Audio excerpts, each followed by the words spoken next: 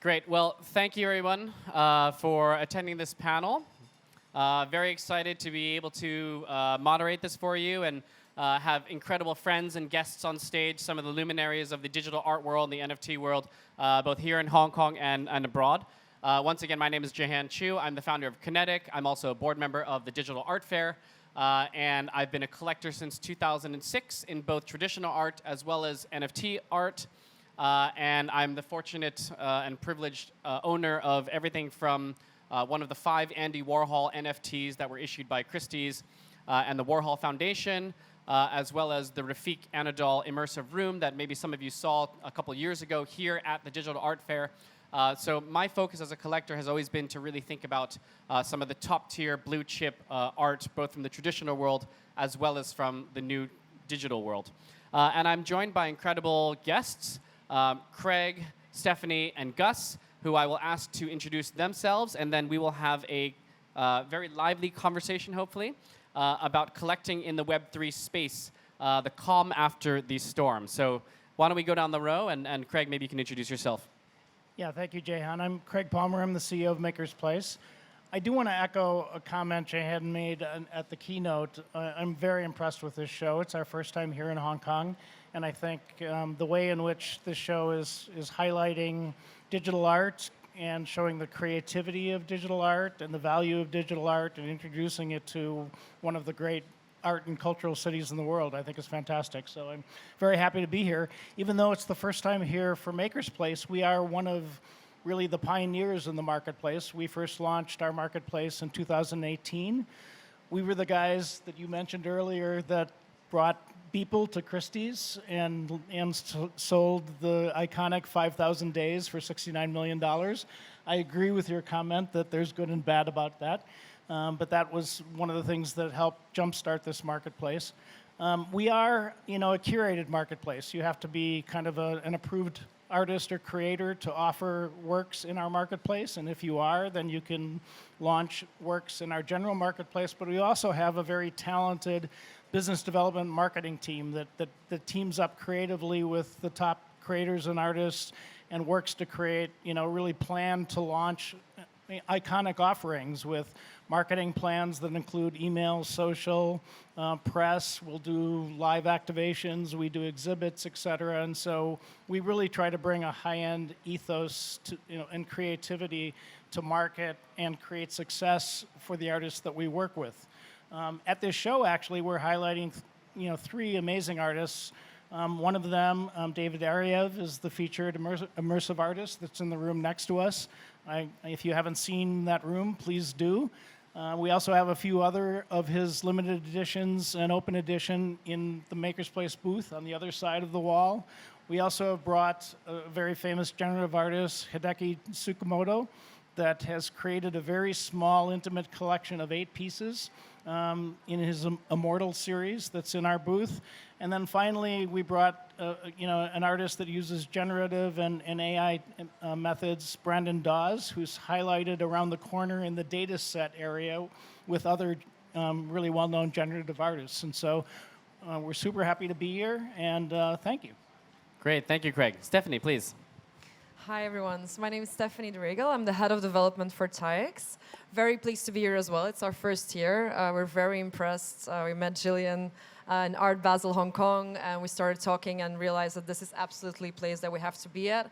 TAEX is a digital platform. We're the art experience partner for Digital Art Fair Asia, and our artist for that is Mautic, who's a very international French digital artist, but it's actually the first time he's bringing out NFTs. He's always been in the space creating big shows, gathering big communities for art and music events, and so now he's coming out with 3 unique editions that you can see at the booth. And we're also bringing Andrea Bonacciatto, Italian artist whose works have been sold at Christie's and Phillips, and a Chinese artist, Funa Ye. So TAEX is more of a boutique platform, so we also have a curated approach. We actually have curators that bring on digital artists, curate separate shows. We do a lot of events. We're trying to build our own community. We have a collectors club. So really trying to bring the digital more in the physical, and we have a traditional art collectors that are our founders, closely associated also to the art newspaper as our media partner. and really trying to make people understand that digital art is a very important part of contemporary art and is not somewhere separate, living its own life. So also referring back to your keynotes on a lot of points of which I agreed. So thank you. I'll pass on the words to Gus. Thank you, Stefanie. Gus. Thank you. I'm Gus Lee, and I'm founder of Parameta. So what we actually do is we've been co-founding, supporting, and building a number of companies across the world that focus on code-based creations. So we don't just focus on code-based art, but code-based design as well. So that's something that we've been developing.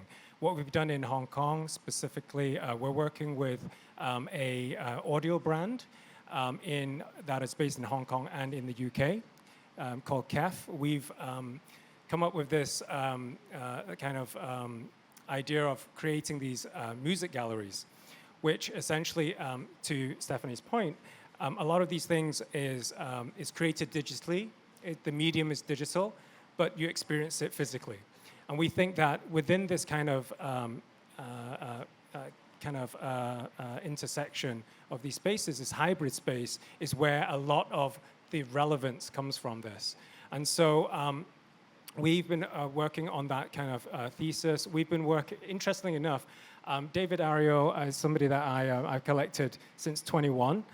And what's happened in that room next door to us here, which you must all see, I think it's a natural extension of what is a digital medium that allows you to adapt and evolve. I think physical art doesn't not necessarily need to do that, but it certainly doesn't do that in the same way as what digital mediums are. We're working with a number of artists that are also shown out here. Some of those mentioned. One that hasn't been mentioned, a generative artist named Alida Sun. Amazing work. I think she's showing at Unit London's fair. That fantastic artist. She's actually a performance artist. And one thing that I also do is I sit on the committee board of West Kowloon here in Hong Kong. And I think one thing that blockchain and digital art allows us to do is unlock the less obvious art forms.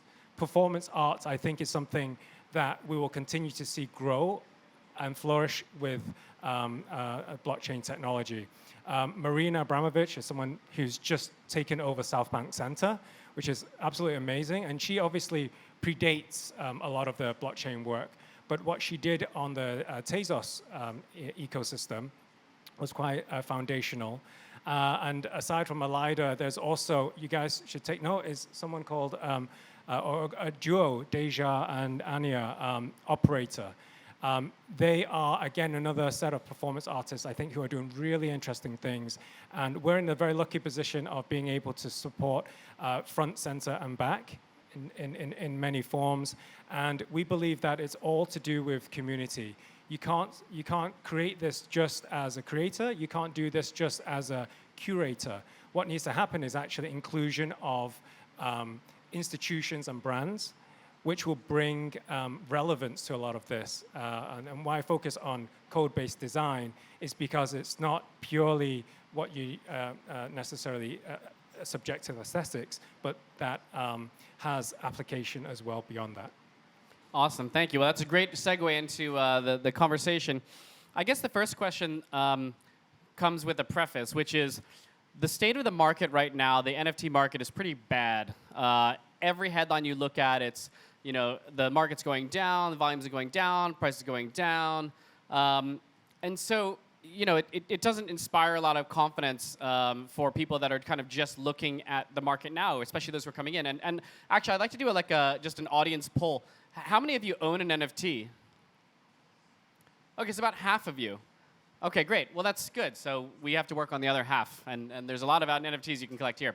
So I guess, given that backdrop, and just obviously the overall market and the global markets, not just NFTs being where they are, what do you think is, you know, how should the collectors and how should people who are new to the market of NFTs and to collecting NFTs, how should they think about this moment? How should they be thinking about the opportunity? Should they be running away? Should they be waiting? Should they be kind of diving in because prices are low?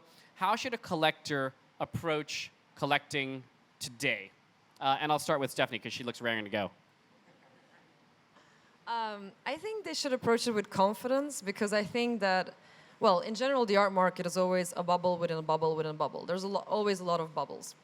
But because it's been there for a lot of, like, a long time, it's more safe. Digital market just kind of like, with the NFTs, created a whole digital renaissance, and the market went up. And I think that back then everyone was buying, and there was a hype. And now with the crash, you would think that, like, maybe the advice would be like, don't touch NFTs, don't touch digital art. But actually, it's the time now that we're creating a sustainable market, that all these, when the bubble had burst, like, everyone left, and now are the real, like, placemakers. Now are the real people that are here. And this is a time to open your collector's eye, look around, and actually see what's left and who is building up, because that's a sustainable thing that we're going towards to. And so I think it's a very good time for collectors to step in. And for those that were already collecting, they have a more sober look on their collection. And yeah, it's an educational time for all of us. So it's now the time to join, the very best time. I actually agree with that because I find that when I was trying to evangelize for a lot of NFTs back in, during that bull run, the NFT bull run, NFT summer, I found that most institutions and most, kind of traditional art curators did not want to talk to me. Not only because they just didn't understand it, but also I think they were really scared away by the prices and the hype. And I think this offers a really interesting opportunity. Craig, what do you think? I think there's a lot of parallels to the current state of the digital art market and NFT market to the internet meltdown in 2001. If you look back, so many, really bullshit businesses got wiped out in the internet meltdown, and what was left were the best companies, actually, the ones that you recognize today. That, it was, all the social companies, Airbnb, Uber, et cetera. All these companies really grew on the ashes of the internet meltdown, and I think right now is the same parallel in the digital art space. The companies that are going to stay are the ones that have sustainable business models, that are in build mode and really like it. That's my company today as one, and I think the art that's being produced is being produced at a level that is sustainable. And will create value over time. And I agree with the comments on it being actually a great time to acquire art in this marketplace. And I think, on one hand, you could call it, a down market, but I actually think it's a real market now. Got it. Gus? Yeah, absolutely. And I mentioned earlier that I think we need to look at these things as an ecosystem. I think as builders in the space, I think you're no longer needing to adjust your pitch to make it something that is unbelievable and everything is up, right? As creators, you're now given the space and time to actually be developing your work. I think as collectors, it's not just about the unsustainable hype, but also I think during the collection I think is something about is about participation, and I think we're now at an accessible level. I mean, you just look at what MakersPlace is doing outside there. You can mint a raffle there and have a possibility. So you own that NFT, and you have the possibility of getting a one of three, I think it's called. And ultimately, what that does is it's $100. You're not asking someone to put their life savings on something. And I think when you participate, you start to understand it, and you can choose to like it or not like it. And I think this is an important part. It's accessibility. Awesome, thank you. What do you guys think about collecting NFTs in particular? Like, obviously, I think a lot of people here have collected some type of art previously. They've been looking at it. What if any, point or purpose or advantage, quote unquote, is there to collecting NFTs versus traditional art? Like, obviously, it's a different field. There's different artists to some degree. But when you think about building a collection, when you think about acquiring, why NFTs and why now? I guess I'll go. Go ahead. I think the way I'd like to think about it is, if you draw the hands of the clock ahead, the whole term NFT and digital art is going to go away. What you see here is just art.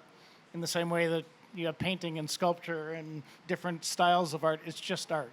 And so but I also think what digital art brings to the table is a unique aspect of marrying still with movement, with audio, with immersive aspects in ways that you can't do in traditional art. So, but I think at the end of the day, you should approach it like you approach any art market. Do you love it? Are you invested in the creator? Do you want to have a relationship with that style of art or that creator itself? And lean into a market that is really fantastic in terms of what it brings to the table. Gus? I think we're also at a stage where, a lot of people that are going to be participating and creating art are actually born in a period where they're native to the internet. And I think that actually, for a lot of people that speak about traditional art, they're speaking from a position of much, further down the line in years. And sometimes we forget that perspective, that actually the people that are going to be enjoying this are actually digitally native. And to them, physical and digital is not necessarily a thing. And that I think this idea allows us to, but why NFT, right? And I think what we're really talking about is extending the rights, the property rights, from being a physical thing to being a digital thing as well. And that changes everything. Well, I think that I understood the question in a bit of a different way, because Please. I wanted to state also like the difference between actually buying NFT and buying digital art, like it's been done for many years. Like galleries like Bitform have been selling digital art way before the digital renaissance. And I think that when we are talking to collectors that also are more in the traditional art world and you use the word NFT, there's a bit of a shiver. Like there's like, oof, NFT, because everyone's read the headlines. It keeps coming, like NFTs are down, but the PFPs are down, right? So there's so much need for education again. So I think that the benefit of having an NFT, if you are in Web3, you have a wallet, like of course it's the best way to purchase a digital asset.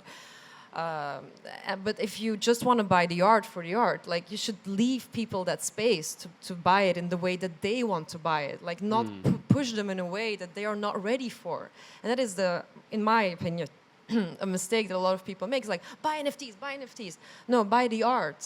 And let's discuss how you want to buy it. We have a Web 2-based solution, a Web 3-based solution. Talk to the collectors. Have that discussion. I also think sometimes we talk about NFTs and digital art like it's over here and it's really separate from traditional and physical. Probably, a third of the artists we work with at MakersPlace now are marrying the two together. They're offering something that's digital and marrying it with a physical piece. And to help facilitate that, we actually created technology that helped on the physical side, because obviously if you buy something with crypto that's digital, we don't know who you are in many cases. But if you need to ship something to somebody that's physical, you need to collect some information. And so we've tried to create technology that can marry the digital and physical world in a way that we can offer combinations. And a lot of our artists are taking advantage of that. And so I think along with the maturing of this market, there's also really a blurring between digital and physical. Artists that maybe started doing digital are starting to create physical. We actually recently opened partnered to have a gallery in Carmel, California, where we curate the art in partnership with the gallery owner. Yeah. And it's a mix of digital and physical art, and a lot of our digital artists want to be in that gallery, actually, because they want to advance their career in interesting ways. So I think there's also this real blending of traditional and digital. Yeah, I've been feeling that for a while, that the kind of boundary between digital and physical is just being eroded and everything's kind of merging together. I mean, obviously the People work, Human One, is physical and digital, and there's so many works that are kind of encompass both. That said, given this kind of convergence of physical and digital medium, what does the collection of the future look like? What do you think are the important artists or the important movements, whether it's generative? And I would love to hear you guys talk about generative art, because I think generative art seems to be one of the mainstays of at least this wave of kind of digital art. What does, the seminal collection, the landmark collection of digital art 50 years from now, what is it that people should have been collecting today? Gus, I'll start with you. Well, it's a big question, isn't it? No pressure, no pressure. So I'll answer it in the way that I've interpreted that question. So I think it's actually very interesting. we've talked about these artists that from the physical, from the digital wanting to be in physical galleries, and we talked about physical artists who are using digital mediums. But I actually think what's really quite interesting is that different artists have taken different routes. There's no set way. You look at Rafiq's work, there's a lot of similarity in some of the work that's been presented here and his earlier works that were collected in the original digital art fair. But if you look at what he did in Salesforce, which was in 2014, the point is that there's many ways to interpret this, but the use of blockchain as a medium versus the use of blockchain as technology, right? And I think in this case, he has used that technology to grow a very powerful NFT fan base who have moved into art through that kind of movement. And then you look at somebody like Pieter van Armen, who is a generative artist, but he is a generative AI artist. And his work predates what we think of as generative AI, like chatbots and the like. And so what he did was he used GAN. And GAN was quite a way ahead of his time. Can you say what that is? So there are 4 types of generative AI. There's Vase, Flow, Diffusion, and GAN.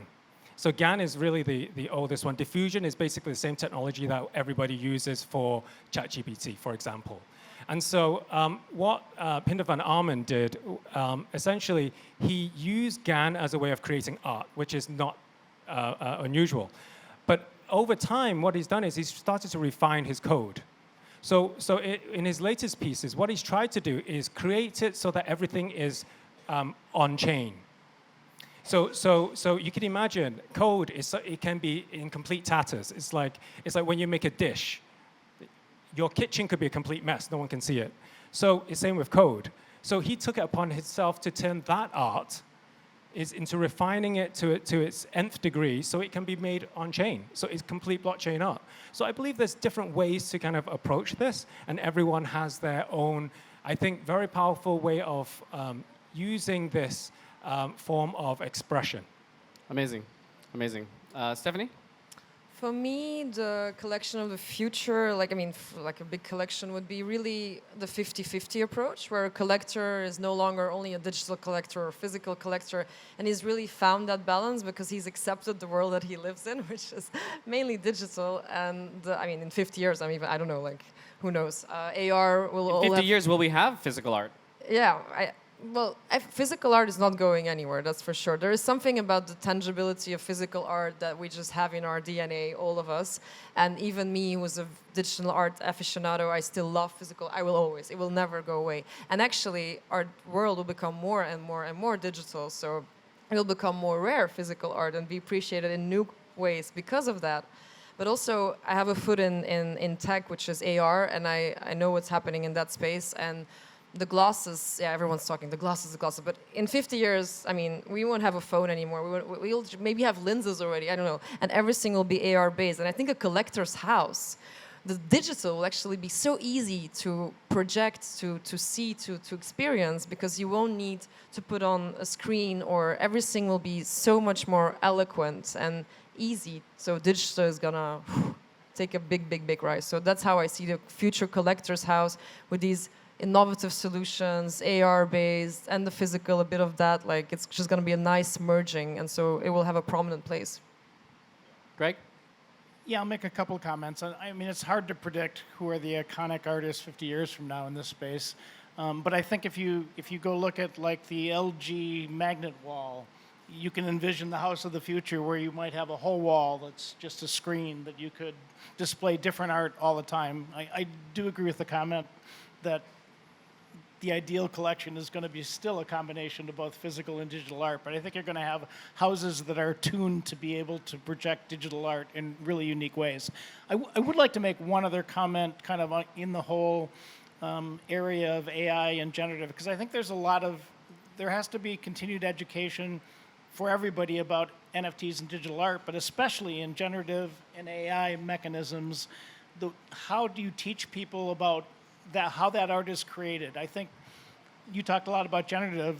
in AI, sometimes there's a perception that you just push a button and get magic art out of the back end of it. We actually did an event at NFC Lisbon where we took 4 very well-known AI generative artists, put them in our booth, and they created art live on a common theme where everybody could watch their mechanisms, how they actually did it, what tools they used, how they created, how they put their own stamp on it in a unique way so it was authentic and aligned with their ethos, et cetera.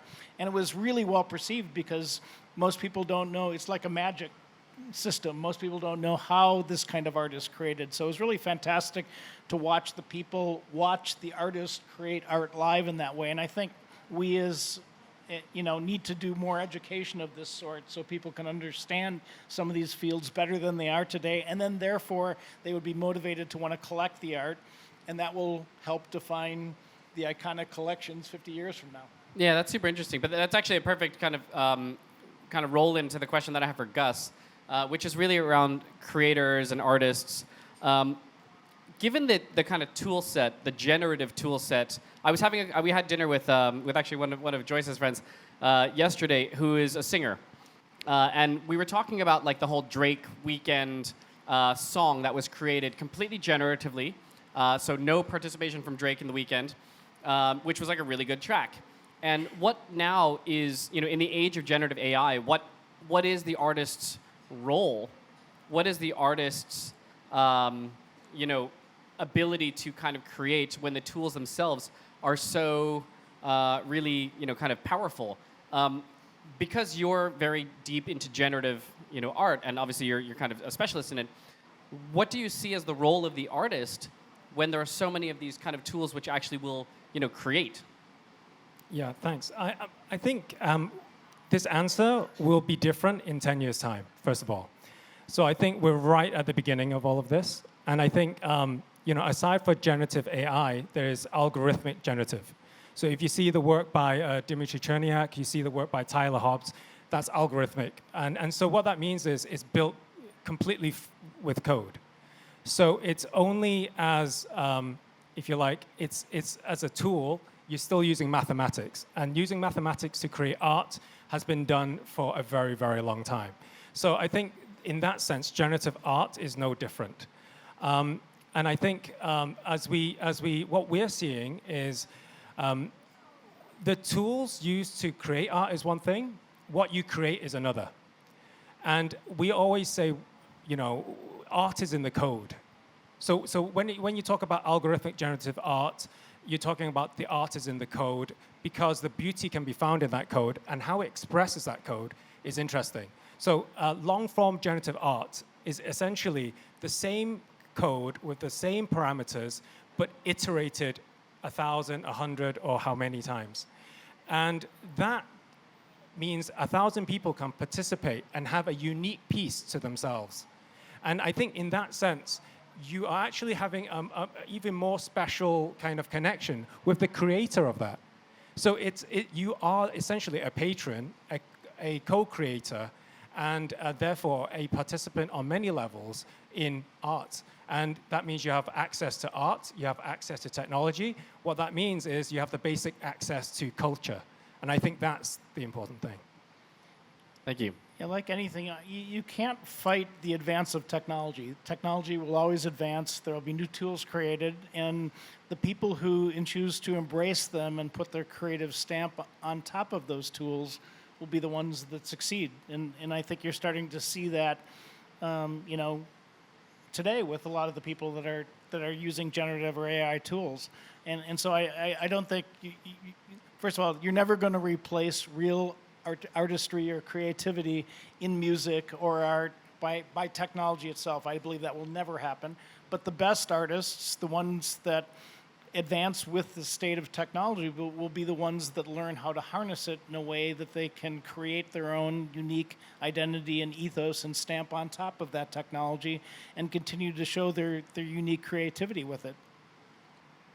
Yeah, it's interesting because I think it raises a lot of questions around the future relationship of the audience and the collector and the artist when the artist's hand becomes more removed from the actual product itself. And for me, maybe one thing I'm thinking about is how much more important it is for the collector or the audience to have a direct relationship with the artist, because what they're creating will increasingly be both scaled and also automated. But what remains, that physical, almost that kind of paraphysical relationship between you and me and the artist and the person is not automated, is not able to be automated. So that kind of leads us to maybe the last few questions. I guess individually, each of you are working on platforms, working with platforms, have created platforms that in many ways service collectors and service artists. As you're thinking about the next phase, coming out of this, inflection point, NFT winter, what do you think is important and what do you think will be advantageous both for your platform but also for the audience and the collectors in order to kind of bring back that vibe and bring back that type of engagement? What strategies would you be looking at? What things would you emphasize in order to make your platform successful and to continue growing the pie coming out of this? Yeah, I think one of the beauties of digital art and NFTs is the fact that, artists and collectors can have a more direct relationship than typically exists in the physical art world, where you might have somebody buying your art somewhere, in a gallery, and you never actually meet them. You don't know who they are that has your art. And I think digital art has the ability to create a connection that can be really maintained and grown. And so one of the things that MakersPlace does a lot of is working with artists beyond just our platform capabilities to help them create that connection, whether it's we help them launch Discord communities, or we help them moderate communities and incent communities in unique ways. Exhibiting at shows like this creates connections between collectors and creators in unique ways. And so we try to find a way in which we can help artists that maybe don't know the best way to navigate this space, and help them establish those connections on a more direct basis between their collector base and what they're doing individually in a way that I think is really unique in this digital space versus kind of the traditional side of the equation. I love that. I love the idea of trying to promote connection rather than distribution, or in addition to distribution. Stefanie, what do you think? Well, TAEX is investing a lot into also the closer relationship to our collectors and the community, and also giving a lot of educational opportunities with our curators that are writing a lot of newsletters. We're doing a lot of events. We're doing, like tonight, we're doing the immersive dinner, where that's the beauty also of digital art, as you said, with the immersive room, is like you can place sculptures in the corner, but they won't interact in that way with the public as it is when you're in an immersive room sitting there with the art. And I think that's really a very strong point, which will indeed bring these audiences closer. So we're really focusing a lot on that, trying to do residencies also with new partners and expanding. And it's like you see that the collectors are happy if their work is featured maybe in a show, that they can actually see how it's shared with other people, inspired, instead of having that one painting, hanging it on your wall and looking at it yourself, and sometimes maybe lending it to some museum. Here it can be spread much more. So there's a connection between the collector, the future collectors, the audience in general, and of course the distributors, the platform. So I think it's a beautiful relationship that we're nourishing a lot. Great. And Gus, please round us out. So I think amongst the whole portfolio of projects we're working on, I think accessibility is a key word. I think I mentioned that a few times. And for example, for FX Hash, we've implemented what's called params. And params is very simple. It essentially means that you can implement anything from being just pressing a button through to actually putting in code to co-create with the original artist. So that allows a greater control and also access for collectors. But then also we also founded a not-for-profit called Creators First Foundation, and its purpose is very simple. It's to educate, incubate, and graduate. The idea is education is really important, not for the sake of education, but that code is something, and where, actually you asked the question earlier, what would we want? Do we actually want to bring back the hype that existed before? If you ask me, no. Because I think now people are more interested in understanding how to grow something, because it doesn't happen overnight. And I think on that basis, I think with what we try to do with the foundation essentially is educate on the purposes of being able to grow rigor within the space and not just try to flip something or create something very quickly. Thank you. Awesome. All right. Well, I think we're running out of time, so maybe one last question, just a brief one, just a few kind of notes off the top of your head. What, if any, advice or thoughts or notes would you have for today and tomorrow's collectors? Craig, I'll start with you. Just wander around, talk to people, ask questions, learn. You have an amazing opportunity with a beautiful exhibition with amazing artists. Just take advantage of it.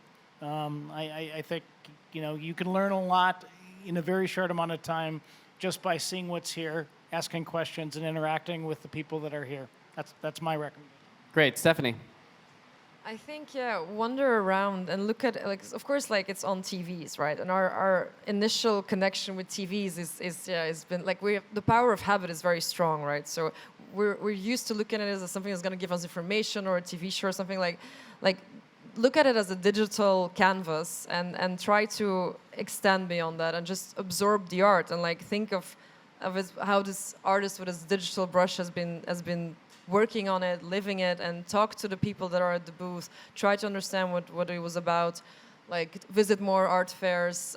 Try to also mix it also with the physical art fairs. Expand this world together because they're part of one another of the contemporary art world. Gus. I think mastery. If you're looking for something that you think is going to stand the test of time, there's literally only two things. One is mastery and one is innovation. And I think we've gone past the stage where things aren't necessarily innovative, but I think in terms of mastery, that's how you find art, right? We find a problem, we want to solve that problem. After we solve a problem, that's where the human expression comes into it, and that's where the art is found in a lot of these things. So, I'll end on that note. Amazing. Well, I want to thank all of our panelists, Gus, Stefanie, Craig, for giving us their time and their insight and their sharing. And again, thank you to the Digital Art Fair, and thank you all for your attention. Hope you enjoyed the rest of the fair. Thanks. Thank you so much. Thank you. Thank you.